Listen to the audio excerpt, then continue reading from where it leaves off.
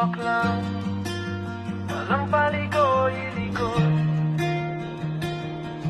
Ito ang kwento ng taong may paninindigan. Joel Salcedo.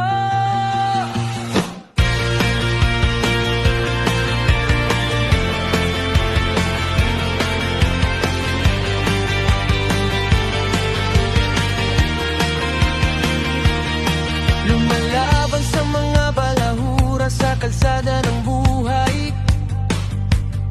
Hindi natitinag kahit gulo ang sumabay.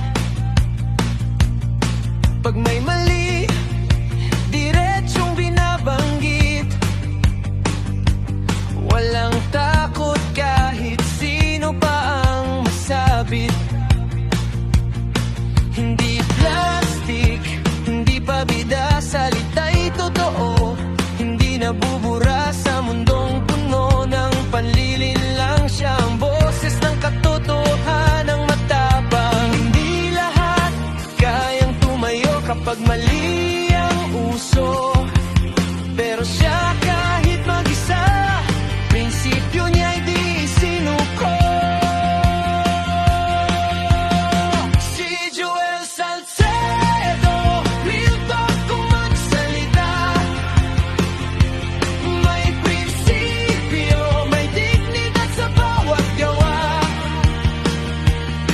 Lumalaban sa mali, tumatayo sa tama. May takot sa Diyos, kaya di naliligaw ang landas niya.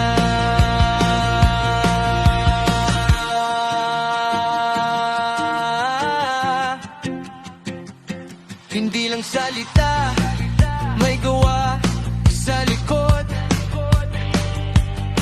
Kung may nangangailangan, siya'y handang umabot. Tulong na tahimik, walang kamera, walang yabang. Hindi kailangan ng palakpak ng sambayanan.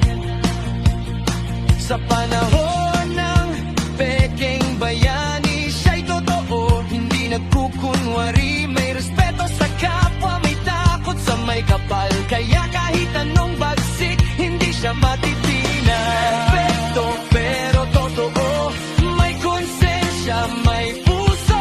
Sa gitna ng dilim ng mundo, siyang apoy na nagsisilbing ilaw mo. Si Joel Salcedo, real talk kung magsalita.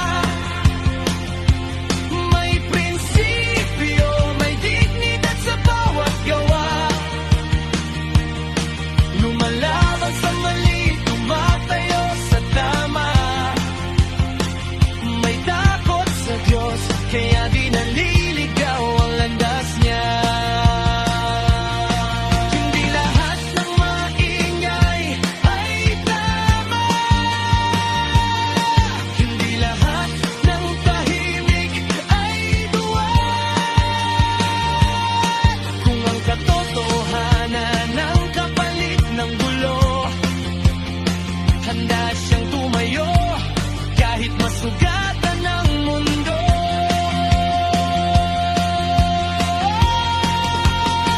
Si Joel Salcedo, hindi nabibili ang paninindigan. Sa harap ng balahura, siya ang humaharang. Real talk, walang takot, walang daya. May Diyos sa puso, kaya totoo ang laban niya. Ito ang kwento